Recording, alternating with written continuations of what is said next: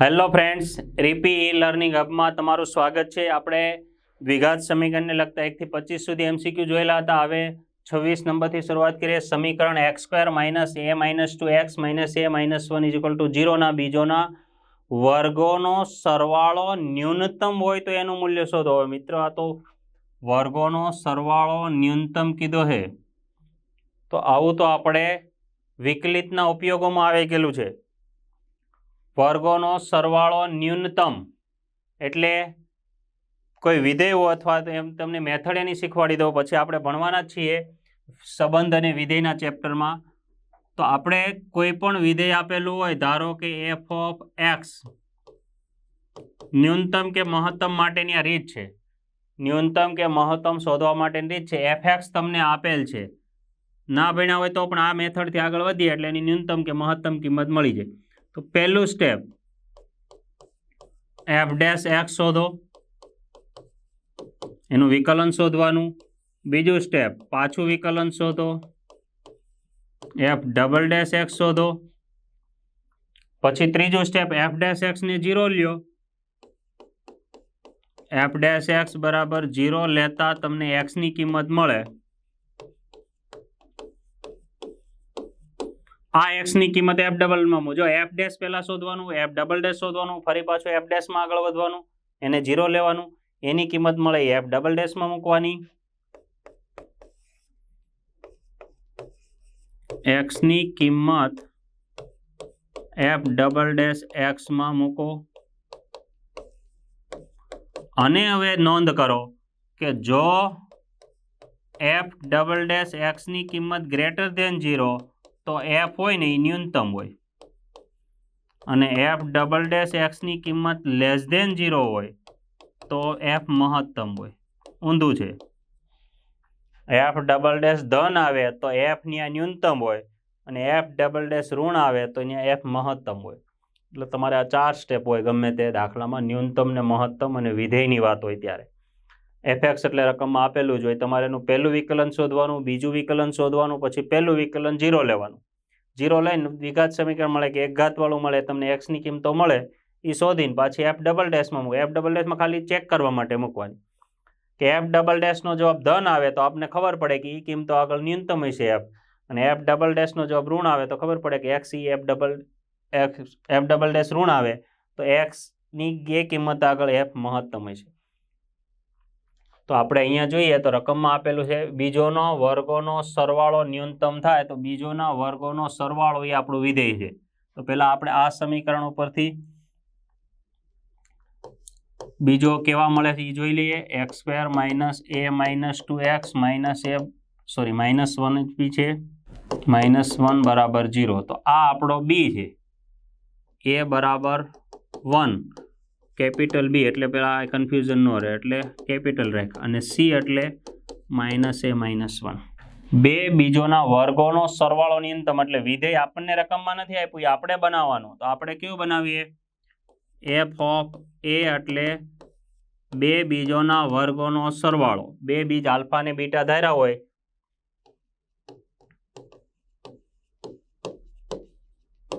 ધારો કે આના બીજ આલ્ફા અને બીટા છે, તેને કીધું બીજોના વર્ગોનો સરવાળો, એટલે બીજોના વર્ગોનો સરવાળો એ આપણું વિધેય, અને એને આપણે ન્યૂનતમ બનાવવું છે। તો a α + બીટાનો સ્ક્વેર એટલે શું થઈ જશે, આલ્ફા પ્લસ બીટાનો સ્ક્વેર -2α બીટા, મધ્યમ પદ ઉમેર્યું અને બાદ કર્યું। હવે આલ્ફા પ્લસ બીટા એટલે -b/a, અને આલ્ફા બીટા એટલે c/a। આલ્ફા પ્લસ બીટા એ -b/a આપણને ખબર જ છે, એટલે આ b ને આ a, તો સીધો જ આનો વર્ગ લખી નાખીએ, અથવા તો એકવાર લખીએ, ચાલો, b/a એનો વર્ગ અને c/a એટલે -a - 1/1। તો આનો વર્ગ કેટલો થાય, માઇનસનો વર્ગ પ્લસ a² - 4a + 4, અને માઇનસ અંદર આપી દો તો -, +2a + 2, સાદરૂપ અપાય એટલું આપી દો, a² - 4a + 2a એટલે -2a, અને 4 ને 2 6। તો આ વિધેય આપણું થઈ ગયું। એટલે હજી તો આપણે અહીંયા પહોંચ્યા, x હોય તો x આપેલું, આપણે વિધેય a માં છે એટલે a આપ્યું। હવે આ સ્ટેપને આગળ વધવાનું, અને આપણને કીધું ન્યૂનતમ થવો જોઈએ એટલે f" ધન આવવો જોઈએ। તો આપણે આગળ વધીએ। હવે આ વિધેય શોધી લીધું આપણે, હવે આપણે થોડીક હાઇલાઇટ થાય એટલે પેન જરાક બદલી નાખીએ. તો આપણને રકમમાં શું કીધું છે કે fx અથવા fa બરાબર a² -2a + 6. તો પહેલું વિકલન કરીએ એટલે એની સાપેક્ષ, x હોય તો xની સાપેક્ષ, a હોય તો એની સાપેક્ષ. આનું વિકલન 2a - 2. પાછું બીજું વિકલન કરો એટલે આવ્યું એનું પાછું વિકલન કરવાનું. તો 2a નું 2 ને 2 નું 0, અચળ પદનું 0 થાય એટલે આ આવ્યું. હવે આ ત્રીજું સ્ટેપ, f' બરાબર 0 લઈ લો. ન્યૂનતમ કિંમત શોધવા માટે f' બરાબર 0. તો f' કોણ છે? 2a - 2. તો એનો મતલબ 2a બરાબર 2 તો a બરાબર 1. તો એની કિંમત 1 આવી એટલે આપણે x હોય તો xની કિંમત મળે. તો એની કિંમત ક્યાં મૂકવાની? f''માં. f''માં 1 મૂકો તો 2 જ આવે અને 2 કેવા આવે? ધન આવે એટલે f કેવું થાય? ન્યૂનતમ. તો આપણે સવાલો શું કીધું? તો એનું મૂલ્ય કેટલું થાય? બીજોના વર્ગનો સરવાળો ન્યૂનતમ થાય તો એનું મૂલ્ય 1. હજી જવાબ અધૂરો, પણ આપણે અહીંથી ચેક કરી લીધું કે f''માં કિંમત મૂકો તો અહીંયા 2 જ છે. 2 તો અચળ જ છે એટલે ધન છે એ દેખાય જ છે. ધન છે એટલે ન્યૂનતમ થઈ ગયું. એટલે આ લખવાની જરૂર નથી કાંઈ. f''a બરાબર f''1 બરાબર 2 અને 2 ગ્રેટર દેન 0. ગ્રેટર દેન 0 આવ્યો એનો મતલબ f ન્યૂનતમ છે. કોના આગળ? 1 આગળ. ફરીવાર આ એની રીત છે. ન્યૂનતમ કે મહત્તમ પૂછે તો આ રીતે ગણવાનું. તો એ પ્રમાણે રકમ આપેલી. પહેલા રકમમાં આપેલું છે fx. પહેલું વિકલન શોધવાનું, બીજું વિકલન શોધવાનું, પછી પહેલું વિકલન 0 લ્યો એટલે xની 2 કે 3 કે 1 કે કિંમત મળે એ પાછા f''માં મૂકવાની. હવે f''માં મૂકીને ખાલી જોવાનું, ધન આવે તો ન્યૂનતમ હોય ને ઋણ આવે તો મહત્તમ હોય. તો આપણે પહેલા રકમમાં કીધું બીજોના વર્ગોનો સરવાળો, તો આલ્ફા પ્લસ બીટાનો વર્ગ -2 આલ્ફા બીટાને લખાય. તો આલ્ફા પ્લસ બીટા આમાંથી જોઈને લખો, આલ્ફા ઇન્ટુ બીટા આમાંથી જોઈને લખો. તો એ દ્વિઘાત સમીકરણ આવું આવ્યું. હવે આને આપણે પહેલું વિકલન કર્યું, બીજું વિકલન કર્યું, પહેલું વિકલન 0 લીધું. તો પહેલું વિકલન 0 લીધું એટલે a બરાબર 1 આવ્યા. એ બીજા વિકલનમાં મૂકવાના, તો મૂક્યા તો ધન આવ્યા એટલે નક્કી થઈ ગયું કે f ન્યૂનતમ છે. પણ કેટલા આગળ? તો એની કિંમત 1 આગળ. એના પછી જો સમીકરણ x² - bx + c = 0 ના બીજો ક્રમિક પૂર્ણાંકો હોય તો, ક્રમિક પૂર્ણાંકો એટલે 5 હોય તો બાજુમાં બીજો જવાબ 6 આવવો જોઈએ, 10 હોય તો બીજો જવાબ 11 આવવો જોઈએ, 12 હોય તો બીજો જવાબ 13 આવવો. જે બી જઈશે એ પણ કેવા હશે? ક્રમિક પૂર્ણાંકો. તો b² - 4c શોધવાનું. 4ac નથી કીધું, નહીં તો d થઈ જાય. પણ એ આ નહીં, આ b અને આ c માટે b² - 4c. અહીંયા જે b છે એ પહેલો દ્વિઘાત સમીકરણ ઓરિજિનલ a બરાબર ax² + bx + c વાળો નથી, કારણ કે b એટલે -b છે, c એટલે તો c જ છે. પણ તો આપણે જોઈએ તો બે બીજ ક્રમિક પૂર્ણાંકો છે એટલે આપણે ધારી લઈએ. ધારો કે સમીકરણ x² - bx + c બરાબર 0 ના બીજ આલ્ફા અને આલ્ફા પ્લસ 1 છે. ક્રમિક થઈ ગયા કે નહીં? એક આલ્ફા તો એની બાજુવાળો એટલે આલ્ફા પ્લસ 1. તમને અહીંયા આલ્ફા -1 ધારો તો અહીંયા આલ્ફા ધારવાનું, ક્રમિક થવા જોઈએ. તો આ બે બીજ આલ્ફા અને બીટાની જગ્યાએ આલ્ફા અને આલ્ફા પ્લસ 1, તો એ બીટા સમજવાનો બીજો આલ્ફા પ્લસ 1. તો એની મદદથી બે બીજોનો સરવાળો સૂત્ર થાય -b/a અને બે બીજોનો ગુણાકાર બે બીજ આપણી પાસે આલ્ફા અને આલ્ફા પ્લસ 1 છે એટલે બે બીજોનો ગુણાકાર c/a સૂત્ર થાય. તો -b/a સૂત્ર અહીંથી જોઈ લો. b એટલે -b છે ને a એટલે 1, તો જવાબ b થઈ જાય. 2 આલ્ફા પ્લસ 1 નો જવાબ આ થઈ ગયું. અને અહીંયા જો α² પ્લસ આલ્ફા કરો તો એનો c એટલે c જ છે ને a એટલે 1, તો α² પ્લસ આલ્ફા તરીકે c થઈ જાય. તો આપણને b અને c બે મળી ગયા. આપણે જે જોતું હતું b² - 4c, તો એમાં b પણ છે અને c પણ મળી ગયા. તો કિંમત મૂકી દો એટલે જવાબ આવી જશે.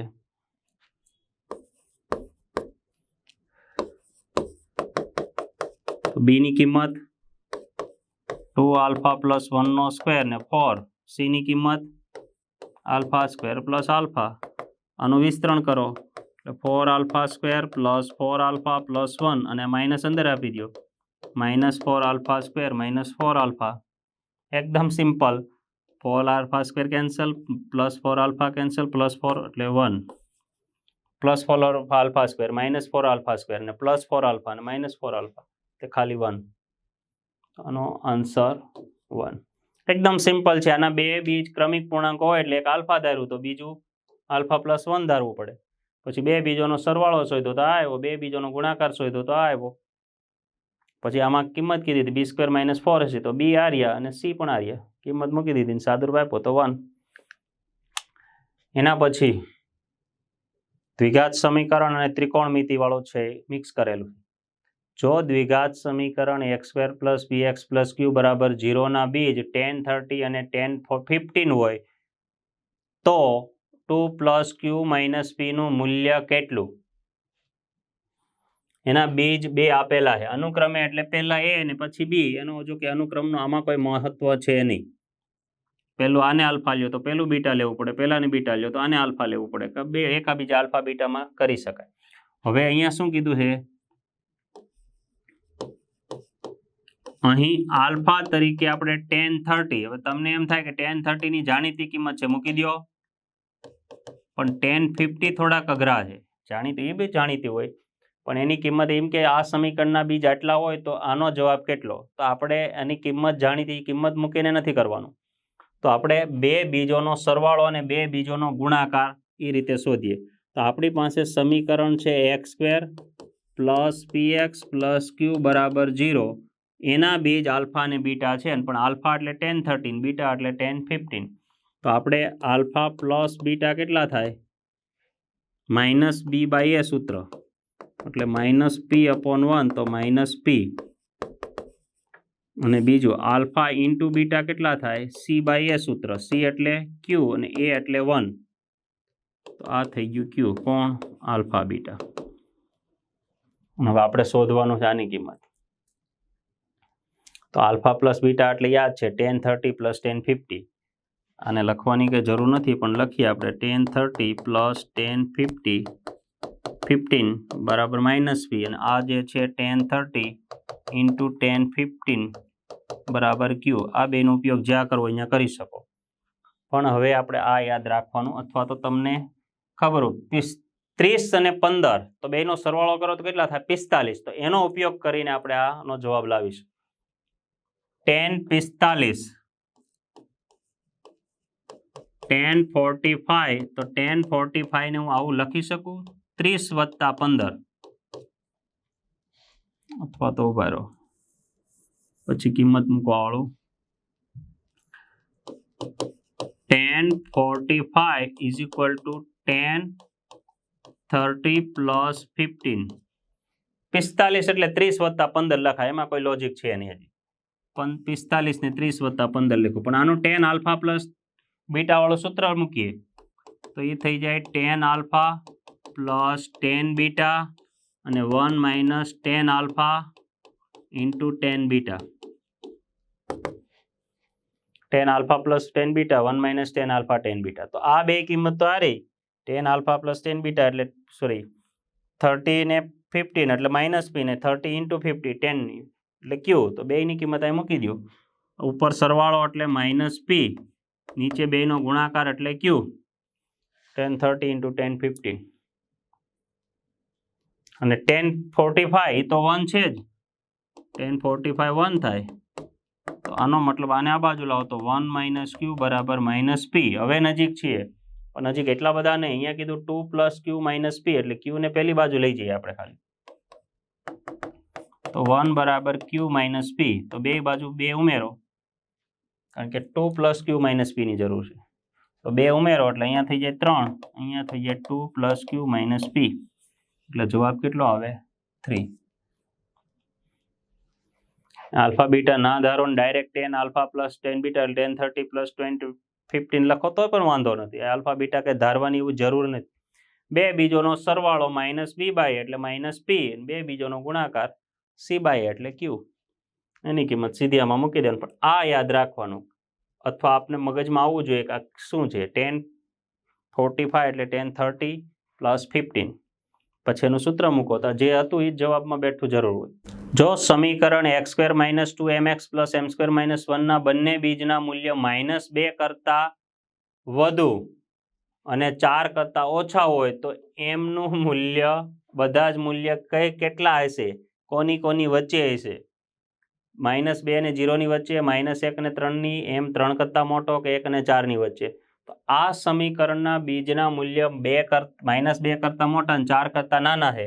તો પેલા એના બે બીજ છે એ ક્યાં, એ તો જોઈ લઈએ.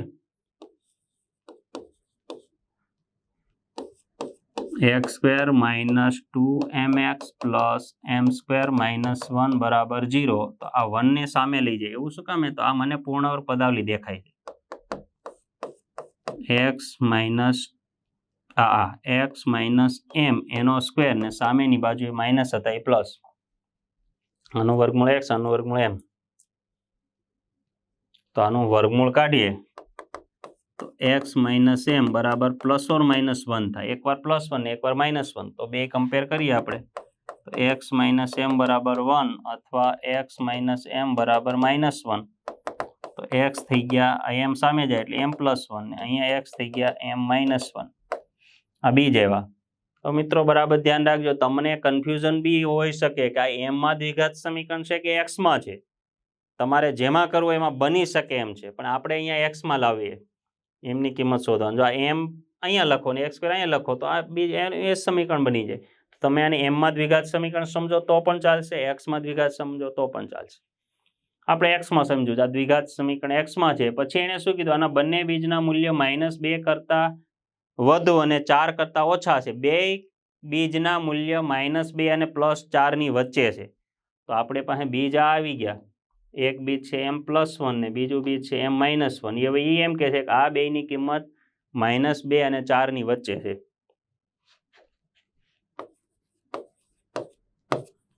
-2 થી મોટા અને 4 થી નાના. તો આ બે બીજનું આપણે સરખામણી કરી લઈએ અને પછી જોઈએ કોણ ક્યાં આવે છે તે. તો -2 m +1 4 અને -2 m-1 4. બે બીજ છે એ -2 અને 4, -2 થી મોટા અને 4 થી નાના એટલે -2 અને 4 ની વચ્ચે થાય. તો એમની કિંમત આપણે જોઈ લઈએ. આપણે એક બાદ કરીએ તો જ એમ મળશે ને. -1 કરીએ એટલે -3 m <3. આ કિંમત મળી ગઈ. અહીંયા +1 કરવા પડશે તો એમ મળે, કારણ કે m -1 છે. તો ત્રણેય બાજુ એક ઉમેરો એટલે -1 m અને <5. આ એમની કિંમત બીજી મળી. હવે આને આપણે સંખ્યા રેખા દોરીએ તો જ ખબર પડે બેયનું પાલન કરે એવું કોણ. -3 -2 -1 0 1 2 3 4 5. બસ 5 સુધી જરૂર છે.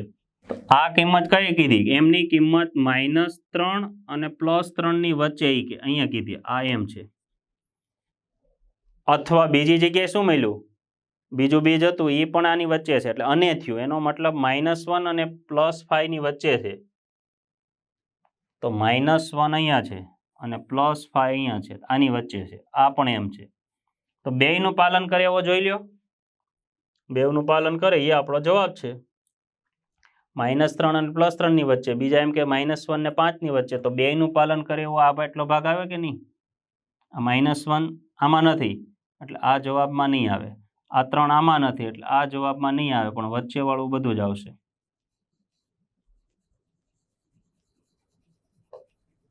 અને આ તો આપણે બહુ એક અસમતાના ચેપ્ટરમાં બહુ બધા ભણેલા છે. તો એમની કિંમત કેટલી આવી? કોનાથી મોટી? -1 થી મોટી અને 3 થી નાની. ઓપ્શનમાં હોય તો જોઈ લ્યો. આ રહ્યું -1 થી મોટી અને 3 થી નાની. ફરી વાર જો અહીંયા શું હતું? આ -1 હતો એને સામે લઈ ગયો એટલે આ દ્વિઘાત સમીકરણ બની ગયું. તો સીધો જવાબ મને મળી ગયો.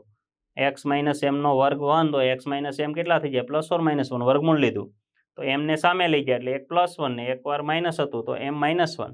આ બે બીજ મળ્યા, પણ બે બીજ છે એ -2 થી મોટા અને 4 થી નાના એવું રકમમાં કીધેલું છે. -2 કરતા વધુ અને 4 કરતા ઓછા છે બે બીજ. એટલે આ અને અને છે વચ્ચે.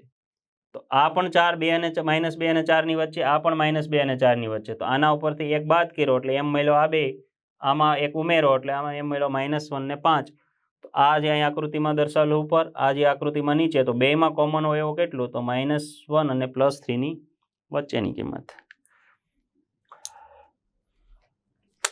સમીકરણ x² + ax + 1 = 0 ના બંને બીજોનો તફાવત √5 કરતા ઓછો હોય તો એના શક્ય મૂલ્યોનો ગણ. આ સમીકરણના બીજોનો તફાવત એટલે આલ્ફા બીટા ધારીએ તો આલ્ફા માઇનસ બીટા એનો √5 છે, પણ ક્યારેક મોટું નાનું ખબર ન હોય એટલે આપણે માનાંક લઈ લઈએ, એટલે મોટું હોય આગળ સમજી જવાનું. √5 કરતા નાનો છે, આનો જવાબ √5 કરતા નાનો હોય તો એના શક્ય મૂલ્યોનો ગણ. તો એની કિંમત અહીં જે અજ્ઞાત હશે ક્યાંક આ કોની વચ્ચે હશે. બાદબાકી આપેલી છે ને આપને સરવાળો અને ગુણાકાર ખબર હોય, કંઈ નહીં, આપણે આગળ વધીએ. અહીંયા સમીકરણ છે x² + ax + 1 = 0. તો આના બીજ આપણે આલ્ફા અને બીટા ધારી લઈએ.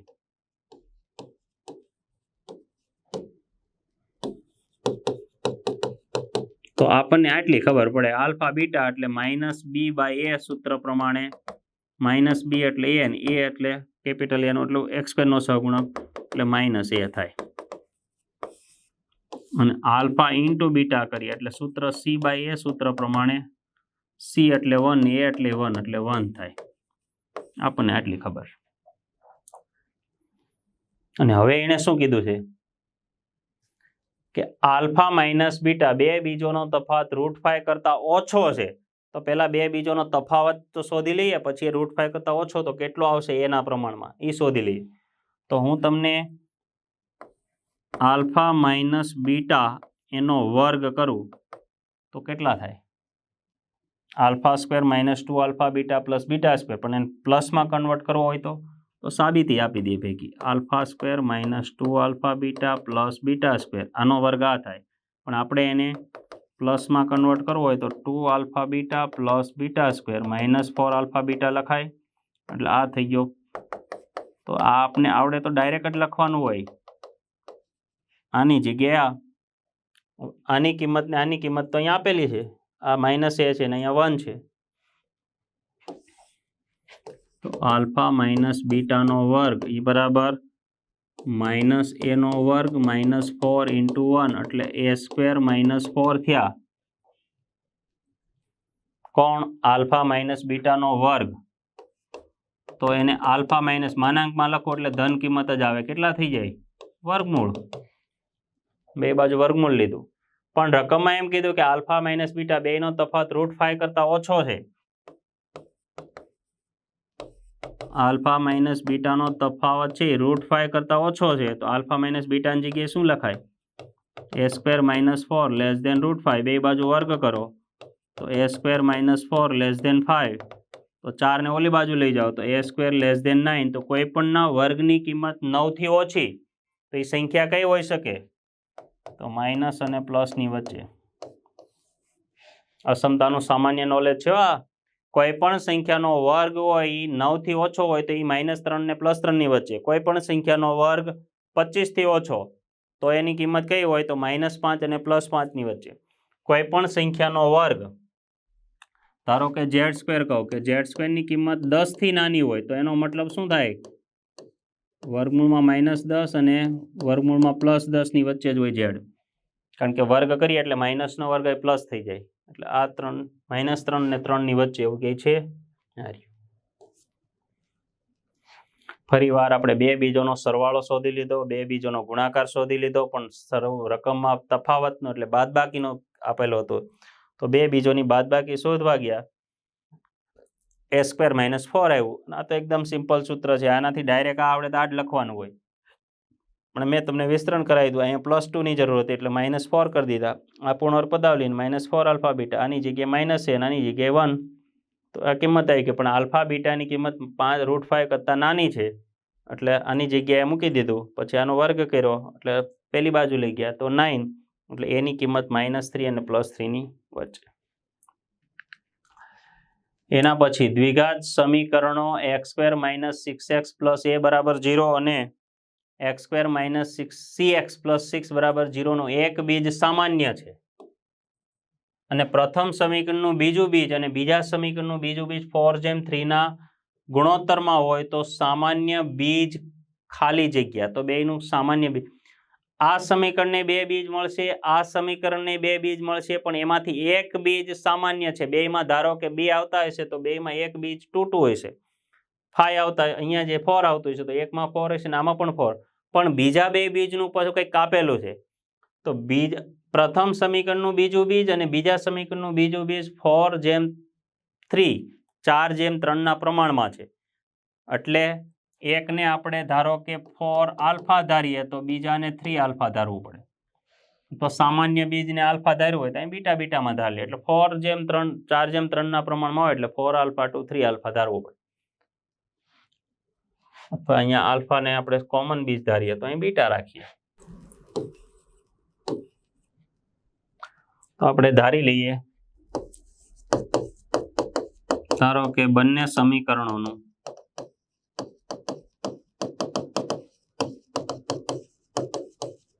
સામાન્ય બીજ આલ્ફા છે, એટલે બેયમાં કોમન થઈ ગયું. અને આનું બીજું બીજ x² - 6x + a બરાબર 0 નું બીજું બીજ 4 બીટા. અને આ જે બીજું સમીકરણ છે x² - cx + 6 એનું બીજું બીજ 3 બીટા. એટલે થઈ ગયું એને કીધું એ શરત પ્રમાણે 4:3 ના પ્રમાણમાં. પહેલા સમીકરણનું બીજું બીજ 4b અને બીજા સમીકરણનું બીજું બીજ 3b, તો 4:3 ના પ્રમાણમાં થઈ ગયું. અને એક બીજ સામાન્ય હતું એને આલ્ફા ધાર્યું. તો આલ્ફા છે આનું બીજ છે અને આનું બીજ છે, તો આપણે આલ્ફા પ્લસ 4 બીટા કરીએ એટલે શું થઈ જાય? Alpha plus 4 beta. એટલે આ સમીકરણની વાત થઈ ગઈ. તો એના બે બીજોનો સરવાળો થયો. બે બીજોનો સરવાળો કેટલો થાય? -b/a સૂત્ર પ્રમાણે. તો કેટલા થઈ જાય? માઇનસ માઇનસ પ્લસ 6/1 એટલે 6. આલ્ફા પ્લસ 4 બીટા 6 થઈ જાય. અને બે બીજોનો ગુણાકાર કેટલો થશે? c/a સૂત્ર પ્રમાણે.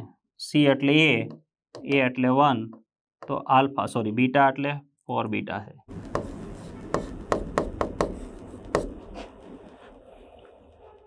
આ સમીકરણની વાત કરીએ છીએ. એ સમીકરણ માટે એનું બીજ એક આલ્ફા છે અને એક 4 બીટા છે. તો બે બીજોનો સરવાળો b/a સૂત્ર પ્રમાણે માઇનસ માઇનસ પ્લસ 6/1 એટલે 6, અને બે બીજોનો ગુણાકાર c/a સૂત્ર પ્રમાણે a/1 એટલે 4 આલ્ફા બીટા બરાબર a.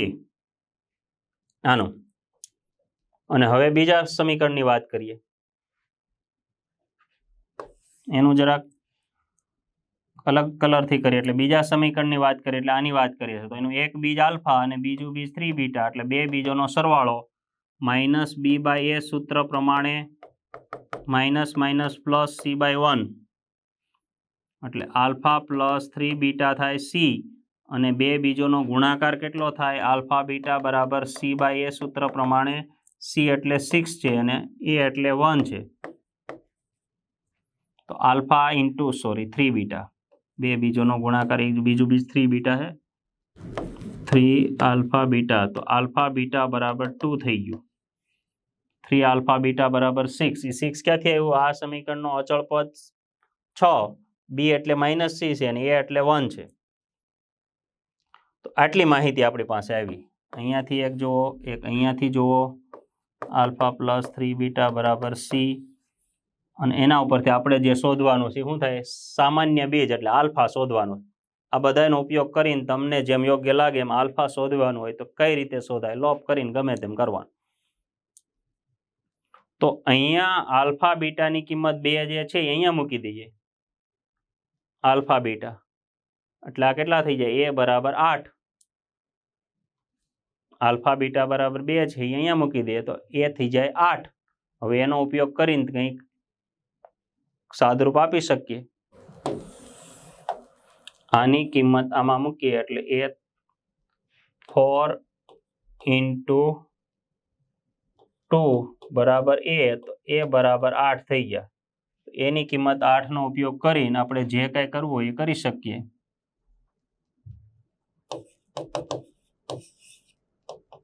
પણ આપણે આલ્ફા શોધવાનો છે. a બરાબર 8 મળ્યા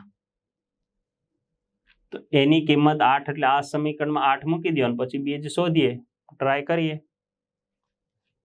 તો દ્વિઘાત સમીકરણ શું થઈ જાય?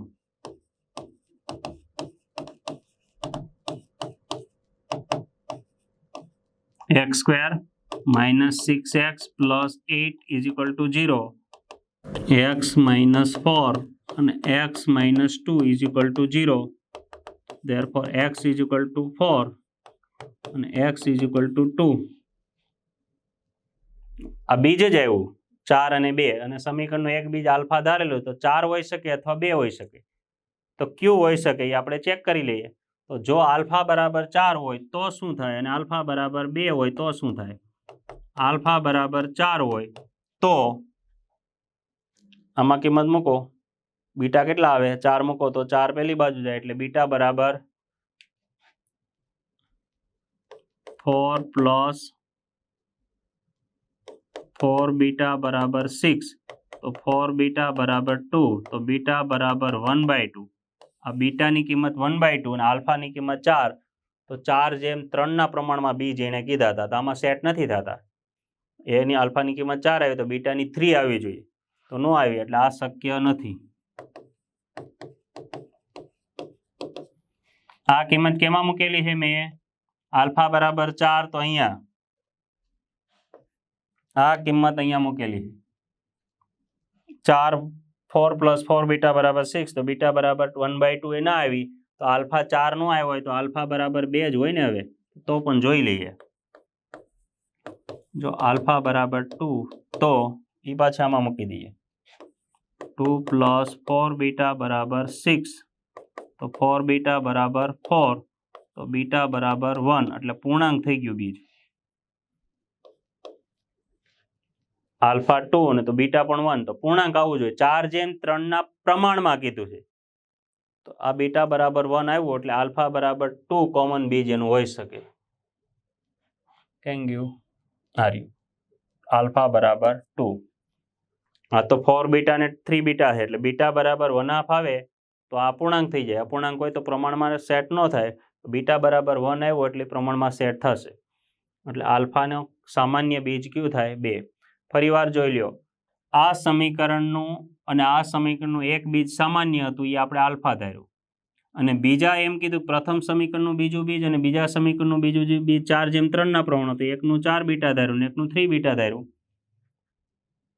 પછી બેનો સરવાળો કર્યો તો આનો 6 આવ્યો, આનો બેનો ગુણાકાર કર્યો તો એ આવ્યો. આ પહેલા સમીકરણ માટે. બીજા સમીકરણ માટે કર્યું તો સરવાળો સી આવ્યો, ગુણાકાર કર્યો તો 2 આવ્યો. આ 4નો લોપ કરીને ગમે તેમ કરીને આલ્ફા શોધ્યા તો આ આલ્ફા બીટાની કિંમત અહીંયા મૂકી એટલે એ 8 મળી જાય. એ 8ની કિંમત આમાં મૂકી એટલે એના 2 બીજ મળ્યા, તો આ 2માંથી એક જવાબ છે.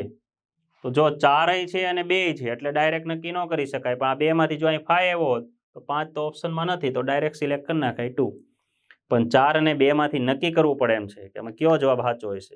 4 ચેક કર્યા તો બીટા અપૂર્ણાંક આવ્યા એટલે અહીં સેટ ન થાય બીજ 4:3 પ્રમાણ, એટલે શક્ય નથી. અને બીટા આલ્ફા બરાબર 2 મૂક્યા તો બીટા બરાબર 1 પૂર્ણાંક આવ્યા એટલે આલ્ફા બરાબર 2 જવાબ હોઈ શકે. એટલે એનું સામાન્ય બીજ 2. તો આપણે દ્વિઘાત સમીકરણને લગતા સારા MCQ જોયા. બીજા MCQ આગળના લેક્ચરમાં જોઈશું. Thank you.